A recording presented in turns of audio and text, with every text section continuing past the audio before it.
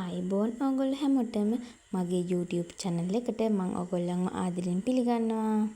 ඉතින් ඔයගොල්ලෝ තාමත් මගේ channel එක subscribe කරලා නැත්නම් subscribe කරගෙන යන්න කියලා මම ඔයගොල්ලන් ආදරෙන් ඉල්ලන ගමන් ඉතින් මම අද හදන්න යන්නේ පුංචිම පුංචි රසම රස කෑමක්. ඉතින් ඔයගොල්ලොත් මේ වගේ රස කෑමක් තේ බොන වෙලාවට හදලා රස බලන්නකෝ. ඇත්තටම මේකට විශේෂ අමුද්‍රව්‍ය ඕන වෙන්නේ නැහැ. මේකට ලොකු වියදමක් යන්නෙත් නැහැ. අනික ඉක්මනින්ම හදා ගන්නත් පුළුවන්. දැන් අපි වැඩි කතා නැතුව බලමු කොහොමද අපි මේක හදාගන්නේ කියලා. අපිට මුලින්ම මේකට අවශ්‍ය වෙනවා පොල් ටිකක්, ඉන්දියාප්ප පිටි ටිකක්, ඒ වගේම තමයි සීනි. ඔය අමුද්‍රව්‍ය තුන විතරයි අපිට අවශ්‍ය වෙන්නේ. ඉතින් මම මුලින්ම හාල් පිටි ටික අරගෙන මේකට වලට කඩේ හාල් පිටි උනත් ගන්න පුළුවන්. මම නම් කඩේ හාල් පිටි තමයි අරගත්තේ. මුලින්ම මේකට වතුර ටික ටික එකතු කරලා හරි පද වෙනකම් මේක අනා ගන්න ඕනේ. ඔයාලා දන්නවා ඇති ඉන්දියාප්ප හදනකොට අපි මේ අනා ගන්න පදමක් තියෙනවනේ. අන්න ඒ පදමට හදා ගන්න ඕනේ. ගොඩක් වතුර දාන්නෙත් නැහැ. ගොඩක් වතුර අඩු කරන්නෙත් නැහැ. ඒක ගානක් තියෙනවා. ඒ ගානට අපි හදා ගන්න ඕනේ. මේකට ඔයාලා අමතක නොකර ලුණු ටිකකුත් දාගන්න. ඉතින් මම නම් දැන් ඔන්න මේක හදාගෙන ඉවරයි. මම ඔයාලට පදම පෙන්නන්න. මේකට ගොඩ වතුර එකතු කරන්නෙත් නැහැ. වතුර ගොඩක් අඩු කරන්නෙත් නැහැ. ඔන්න ඔය ගානට පිටි ඔන්න ඔය විදිහේ තියෙන ඔය ගානට හදාගන්න. මොකද නැත්තම් මේක මේ හදනකොට පොඩ්ඩක් වතුර වැඩි වුණොත් එහෙනම් මේක මිරි ගන්න පොඩ්ඩක් අමාරු වෙනවා. ඉතින් ඔයාලත් මේක පදමට මේ වතුර ටික ටික දාලා මේක අනා ගන්න. ඊට පස්සේ මම මුලින්ම සීනි ටිකක් මේ පාට කරගන්න තමයි යන්නේ. ඉතින් ඔයාලත් සීනි ටිකක් කරගන්න.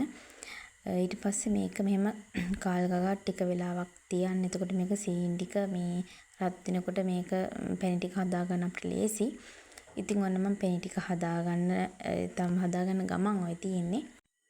දැන් මේකේ පැණි ටික හැදීගෙන ඔය එන්නේ ටික ටික සීනි ටික දීවලා ඔක පැණි ඔයාලට පාට හරියට එනකොට ඒකට වතුර ටික එකතු කරගන්න. මේකේ සීනි ගොඩක් මේ කරවෙන තියන්න බෑ. මොකද තිත් එනවා. ඒකින් දෙක ගානට ඔයාලා ඒක හදාගන්න. මම ඉතින් දැන් ඔය වතුර එකතු කරගෙන තියෙන්නේ. ඊට පස්සේ ඉතින් පද වෙනකන් ඒ වතුර ටික වාෂ්ප වෙලා යනකම් පද වෙනකම් මෙහෙම කාල් ගගා ඉන්න ඕනේ.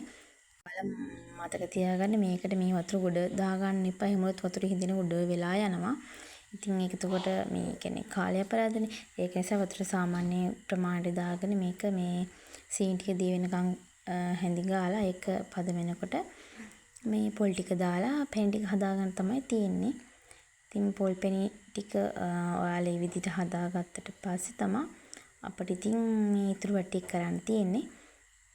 මම ඉතින් දැන් පොල් ටික දාගෙන ඔන්න ඔය විදිහට කලවම් කරගෙන බලන්න මගේ එහෙම ලොකු වතුරක් නැහැ. කියන්නේ පැණි ටිකම විතරයි වගේ තියෙන්නේ.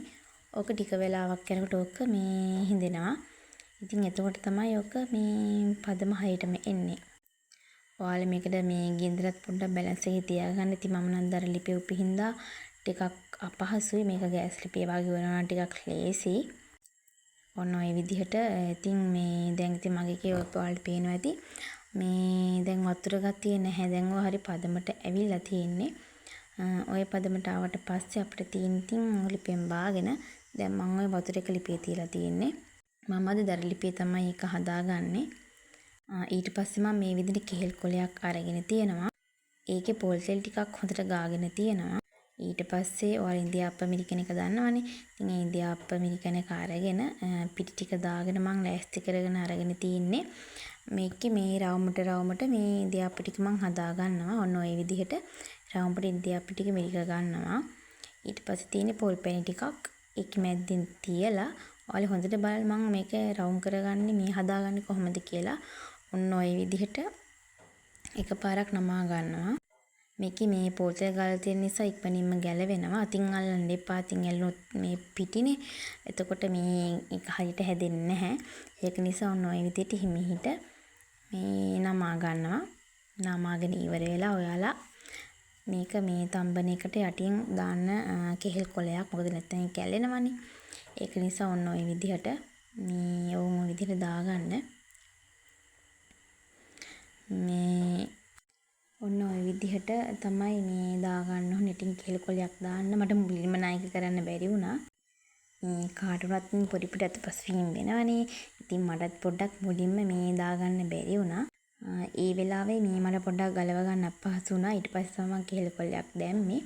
ඉතින් මේ පොඩ්ඩක් අමතක වුණා. ඉතින් ඔයාලා අමතක නොකරම යටින් කෙල් කොලයක් තියන්න. ඊට පස්සේ ඉතින් මේක හොඳට තම්ම ගන්න තමයි තියෙන්නේ. ඔය ඉතින් තියෙන්නේ මේ මම තම්ම ගත්තට පස්සේ ඉතින් මේක හොඳට තැම්බිලා තිබ්බේ. පොඩ්ඩක් ගලව ගන්න විතරයි අමාරු වෙලා තිබ්බේ. ඉතින් මේ මම දැන් හදලා ඉවරයි. ඉතින් දැන් රස බලන්න තමයි තිබ්බේ. ඉතින් ඇත්තටම මාරම රසයි. ඉතින් ඔයාලත් හදලා බලන්න. මේකට එච්චර වෙලාවක් යන්නේ නැහැ. මේක පොඩි ප්‍රමාණයක් හදන කොහොමත් වෙලාවක් යන්නේ නැහැ. අනික ඉක්මනින් හදා ගන්නත් පුළුවන්. මේක තේබන වෙලාවට නම් ඉතින් මරු. ඉතින් ඔයාලත් මේ විදිහට රස කැමක් හදලා බලන්නකෝ. ඉතින් මම අදට ගිහින් එන්නම්. ඔයාලා හැමෝම සතුටින් පරිස්සමෙන් ඉන්න. ආයෙමත් අලුත් වීඩියෝ එකක් අරගෙන එනකම් ඔයාලා හැමෝම පරිස්සමට ඉන්න.